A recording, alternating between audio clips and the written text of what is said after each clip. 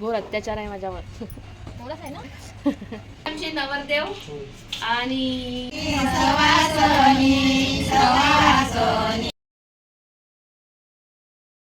Hello, good morning, नमस्कार, welcome back to my channel Pallavi Gadkar blog.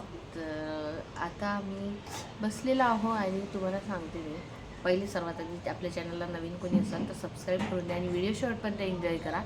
आता बघा, मी सकाळी उठली, ब्रश केला, पाणी वगैरे पिली, ते सगळं ठीक आहे.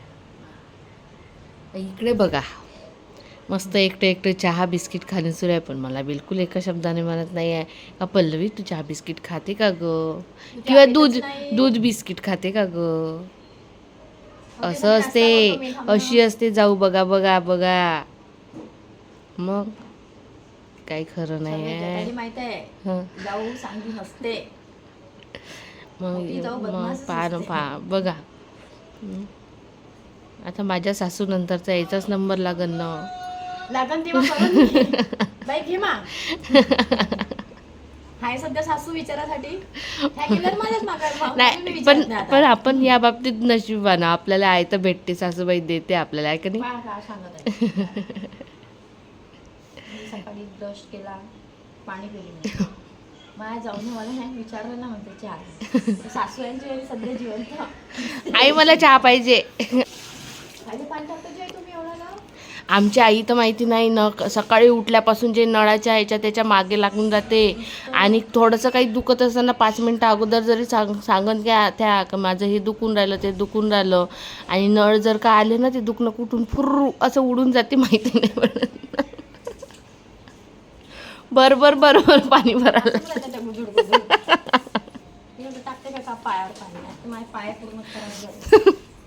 पाणी नाही म्हणते. इकडे बघा कसा पाण्याचा उबडा सुरू आहे. आई पाणी नाही तुमच्याकडे, मग कशाला पाणी सांडवता तुम्ही, वेस्टेज घालवताय सगळं पाणी. हा,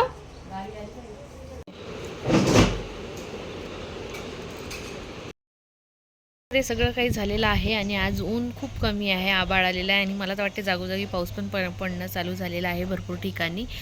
तर आमच्याकडे पण येण्याची शक्यता वाटून राहिलेली आहे, न्यूजमध्ये पण तसं काही आलेलं आहे, पण आता माहीत पडणार पाऊस येते की नाही तर. आणि इतकं जास्त ऊन तपलं 2-3 दिवस ते तर तुम्हाला माहीतच आहे, आणि सगळीकडेच तपलेलं आहे. तर असं आहे मंडळी, आता मी आलेली आहे वर, नाश्ता वगैरे केला आम्ही मस्त, आणि आता वर बसलेली आहे मी. माझा ब्लॉग एडिट करायचा, इथे नेटवर्कचा इतका जास्त प्रॉब्लेम आहे की असं वर येऊन बसावं लागते, आणि मग मला माझी जाऊ वर येऊ बघते. काय नाही वाटते, माझी जाऊ बाई कपडे धुवायला आलेली आहे. हां,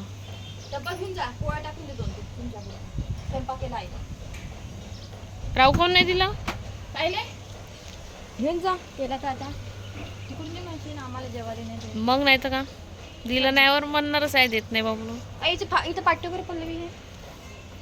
तर असं आहे मग मंडळी, आता माझे जे अहो आहे ते मला सांगून गेलेले आहे की मी आल्यावर फक्त तू गाडीत बसली पाहिजे.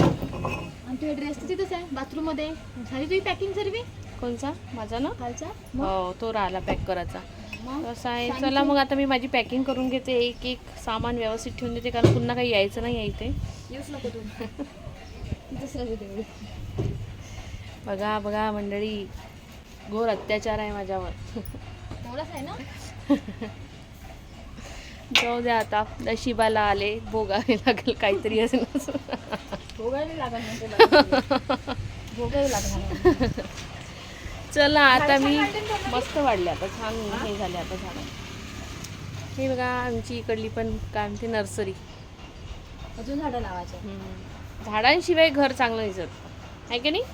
हे जर खाली 2-3 खाली झाडं, आता समोर तर थोडंसं मोठं झालं की ते क्रिसमस हे वालं झाड हे व्यवस्थित तसं कटिंग करून टाकायचं आणि ठेवून द्यायचं.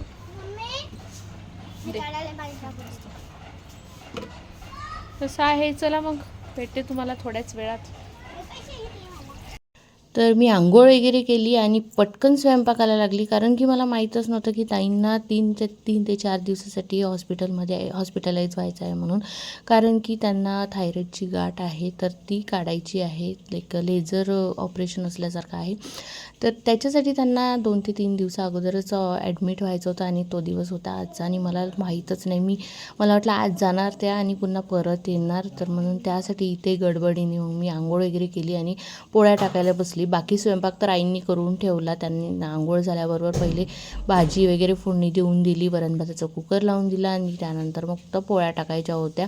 त्यांनी पूजा केली तिकडे आणि इकडे मग मी पोळ्या टाकून घेतल्या. तर पोळ्या अर्ध्याच टाकल्या तर यांचा कॉल आला की आपल्याला घरी जायचं आहे म्हणून, पटकन चल बा म्हणून. तर मग दादा पण घाई करत होते, घे पटपट कर बा म्हणून. तर इथे मग मी पोळ्या टाकून घेतल्या. आमच्या चौघापुरत्या पोळ्या टाकून घेतल्या, दादा, ताई आणि मी आणि हे यांच्यापुरत्या पोळ्या टाकून घेतल्या आणि मग आम्ही निघालो. तर डब्यात आईनीच डबा वगैरे भरून दिला जेवणाचा. तर मंडळी, थायरॉईड वगैरे आहे ना, हे ना खूप हलक्यात घेण्यासारखं नाही आहे की फक्त गोळी खायची आणि राहायचं. प्रत्येकाला वेगवेगळ्या प्रकारचा थायरॉईड असते आणि आमच्या ताईंना थायरॉईड जो आहे ना, तो गळ्यापाशी अशी गाठ आहे आणि खूप रिस्की आहे ती.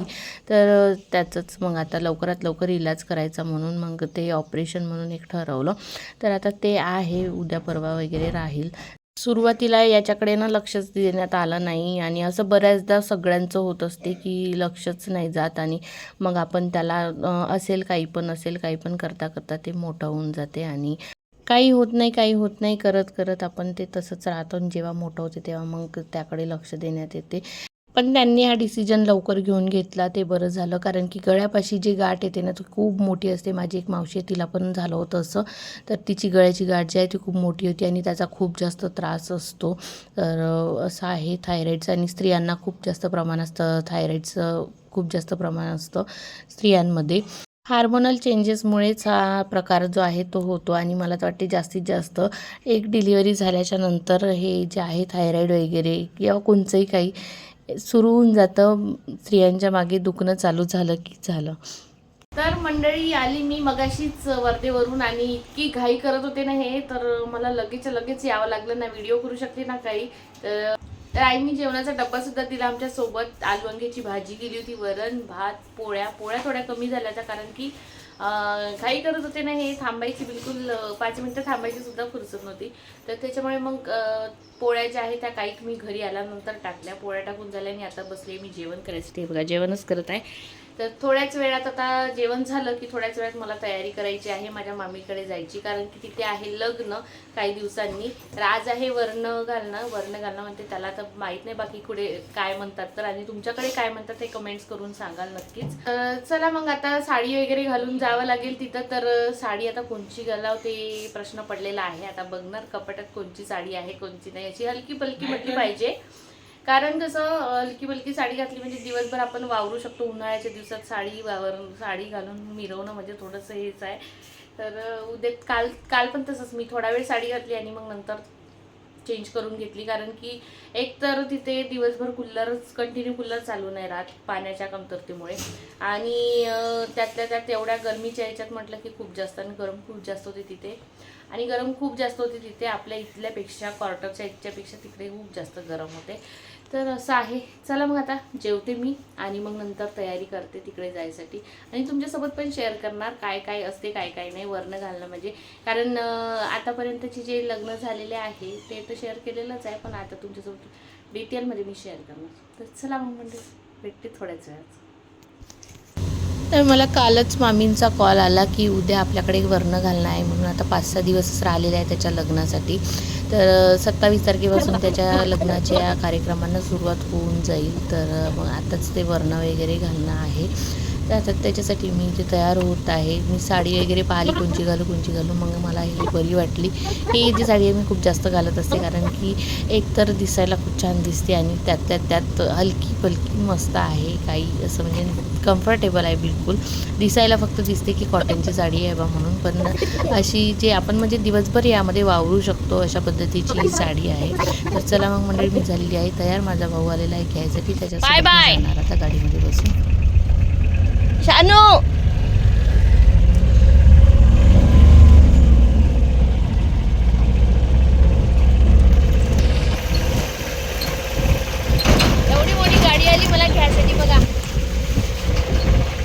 तर त्यांनी मला इथे घरपर्यंत सोडून दिलं आणि इथे आता सजावटसुद्धा सुरू झालेली होती. तर ह्या वहिनी आहे माझ्या मामे भावाच्या वाईफ, तर त्या सजवत होत्या हे सगळं इथलं. मग मी पण थोडासा हातभार लावू लागला. आम्ही तिघी चौघींनी मिळून छान असं सजवून घेतलं आणि बघू शकता तुम्ही बायासुद्धा आलेल्या आहे वर्ण घालायसाठी. तर त्या आमची वाट बघत होत्या की कधी होणार बा म्हणून. मग त्यांच्यासाठी चहा पाणी वगैरे केलं आणि त्यानंतर मग त्यांचं जे वड्या टाकणं हे ते आहे, तर ते तुम्हाला दाखवतेच मी समोर. आता ह्या परड्याची पूजा केल्या जाणार. परडा आहे हे, यावर वाळवण चिळवण केल्या जाते.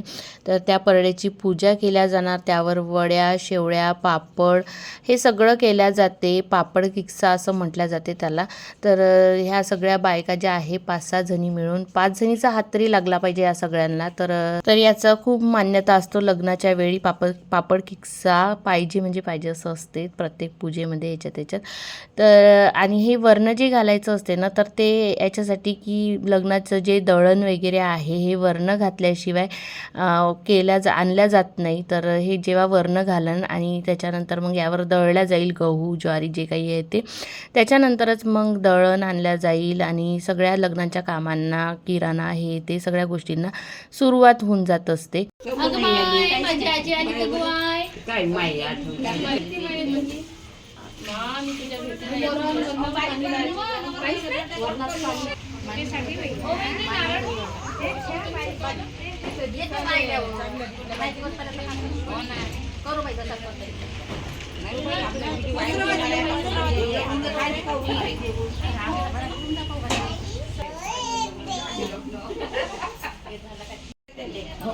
आठवण रुपया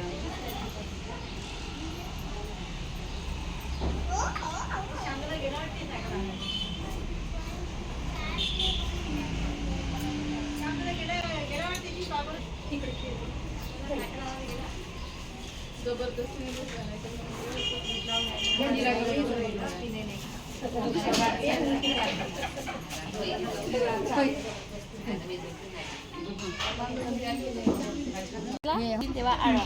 तर आता इकडे वर्ण घालणं सुरू झालेलं आहे आणि इथे बघा सर्व तरी चुली बनवत आहे. याच्यावर नरेशच्या लग्नाचा स्वयंपाक बनणार आहे. दाखव तर इकडे चुली दाखव इकडल्या. इंधन खूप मोठं लागणार आहे, आणून ठेवतो रे. आणि इकडे काय सुचे बाबा काय करत आहे? काय बरं. तर इथे आता तुम्ही काय करत आहे? आता शेवड्या चालू आहे. आता शेवळ्या सुरू आहे का? शेवळे घातल्या किती फास्ट प्रोग्रेस मध्ये आहे बाई. हो ना बघ बरं. रोज पट्टपट्टच केलं तुम्ही 5 मिनिटात केल्यासारखं. तर इथे बघा वड्या पापड शेवळ्या सगळं तयार झालं. आता काय राहिलं बाकी? चुली बनत आहे तिकडे. वर्ण घालणं आहे. जमलं झालं करणं झालं आणि आता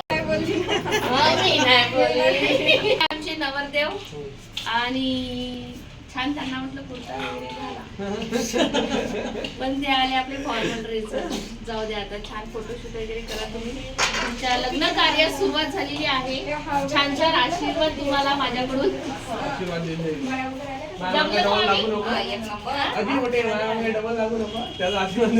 बायको बोलण्या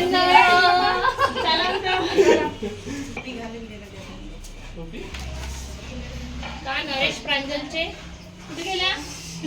सोबतीने कुठे गेल्या?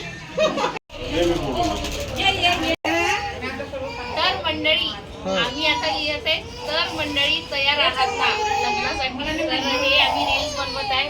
तर आम्हाला बनवायची आहे ट्रेंडिंगवाली रील, जे की आता खूप जास्त ट्रेंडमध्ये आहे आणि छान वाटते ना असं लग्न वगैरे असलं आणि सगळेजण मिळून ही अशा रील्स वगैरे एक आठवण म्हणून राहते मेन म्हणजे. आणि हे बघू शकता हे तयार झालेले आहे डेकोरेशन जे काही आम्ही केलेलं आहे सगळ्यांनी मिळून. तर छान असं डेकोरेशन झालेलं आहे, मीच म्हणते छान झालेलं आहे म्हणून. आणि हे पापड किस्सा चुली वगैरे याची ना खूप जास्त मान्यता असते आणि त्यातल्या त्यात या ज्या गोष्टी आहे तेव्हाच एक लग्न जे आहे आपलं 8 दिवस 10 दिवस असं म्हणजे लग्न म्हणून आहे असं वाटते. कारण की या ज्या रीतिरिवाज हे ते असत्या नाही तर मग लग्न एकाच दिवसात आटोपलं असतं आणि ते मजा आली नसती. आता बघा आम्ही 8 दिवस अगोदरपासून लग्नाचं जे आहे ते सगळं काही एन्जॉय करत आहे आणि सगळे एकत्र आल्यावर तर मजा मस्ती असतेच. तर अशा पद्धतीने नरेशचं जे वर्ण घालणं आहे ते पार पडलेलं आहे आणि आता खरं वर्ण घालणार जात्यावर जे आहे ते गहू दळल्या जाईल आणि त्यात सोबत पारंपरिक गाणेसुद्धा म्हटलं जाईल. नाही रे, राहू दे ना, तसंच राहा लागते त्या लग्न होईपर्यंत.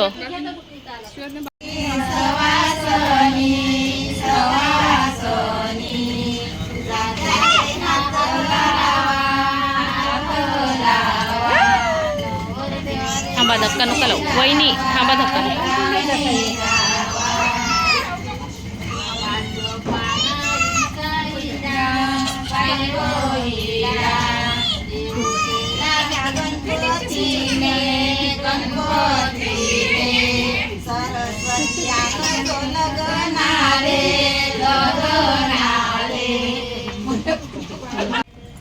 तर मंडळी असे गाणे आहे आमच्याकडे, पारंपरिक गाणे म्हटलं जाते वर्ण घालायच्या वेळेस. आणि आता आम्हाला करायची आहे अशी रील याची, म्हणजे कुणाच्या लग्नाचं डेट हे ते जे रील आता ट्रेंडिंगमध्ये चालू आहे तर ते करायचे आहे. तर आता हे झालं यांचं की मग आम्ही आमची रील करूया. आम्हाला रील करायची होती, रील पण करून झाली आणि छान फोटो वगैरे काढून घेतले आणि त्यानंतर मग मी गेली माझ्या घरी. तर आत्ताच आली मी मामाकडून आणि आता फ्रेश वगैरे झाली आणि आता शानू म्हणते की मला सायकल फिरवायची आहे, तू इथेच बस मम्मी. आता स्वयंपाक वगैरे व्हायचा आहे, करते आता. पहिले तिच्याकडे लक्ष द्यावं लागेल, तिला पण खेळायला कोणी नाही आहे, बहुतेक क्वार्टरवर कोणीच नाही आहे, त्याच्यामुळे तिथे बसावं लागेल मला ती खेळेपर्यंत. आणि बाकी तर काही नाही, मस्त आम्ही रील्स वगैरे केल्या, फोटोज काढले आणि आता काही 5-6 दिवसानंतर मग आम्ही तिथंच. तर असं आहे.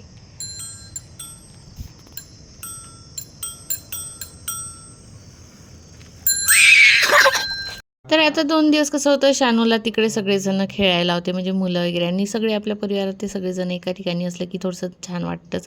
तर आता कसं झालं, शानूला खेळायला इथं कोणीच नाही आणि मग माझा तिने पुरेपूर फायदा घेतला आणि पुरेपूर टाईमपास केला आणि स्वयंपाकाची वेळ निघून गेली. मला खूप जोरात भूक लागली होती. मग आता काय करायचं म्हटलं, तर मग आता हे म्हणे चल म्हणे आपण पाणीपुरी खाऊन येऊ. मग पाणीपुरी वगैरे खायला गेलो. मस्तपैकी आता कांद्याची आणि आंब्याची चटणी केलेली आहे आणि मस्त गरम गरम पोळ्या टाकलेला आहे. माझ्यासाठी इथे पराठा केला, एक मस्त लच्छा पराठा आणि कांद्याची चटणी घेतलेली आहे. तर चला आता आम्ही जेवण करून घेतो आणि भेटतो तुम्हाला थोड्याच वेळात. पाणीपुरी खाल्ली पण तरी आज माहिती नाही कशी काय भूक लागलेली आहे. तर आता मस्त जेवण करून घेतो आणि भेटतो तुम्हाला थोड्याच वेळात. करण येत आहे, पाणी घेऊन येतो, पाणी घातली गेला. तर आता जेवण झालं आणि आता जेवण खूप मस्त झालं आजचं. चटणी म्हटलं की माझं जेवण तर 1 नंबर होऊन जातं. जेवण झालं, आता येत आहे मस्त अशी झोप, कारण की तिकडून येणं, मग आल्यानंतर पुन्हा थोडेसे घरातले कामं, त्याच्यानंतर मग इकडे जाणं, थोडंसं थकल्यासारखं वाटत आहे. तर चला आता करते मी आजच्या ब्लॉगला इथेच येईल. आजचा ब्लॉग तुम्हाला कसा वाटला कसा नाही कमेंट्स करून नक्कीच सांगा आणि आपल्या चॅनलला लाईक करा, शेअर करा, सबस्क्राईब करायला विसरू नका आणि बेल आयकॉनवर नक्की क्लिक करा. भेटू उद्या नवीन एका छानशा व्हिडिओमध्ये. तोपर्यंत bye bye, good night, take care, bye.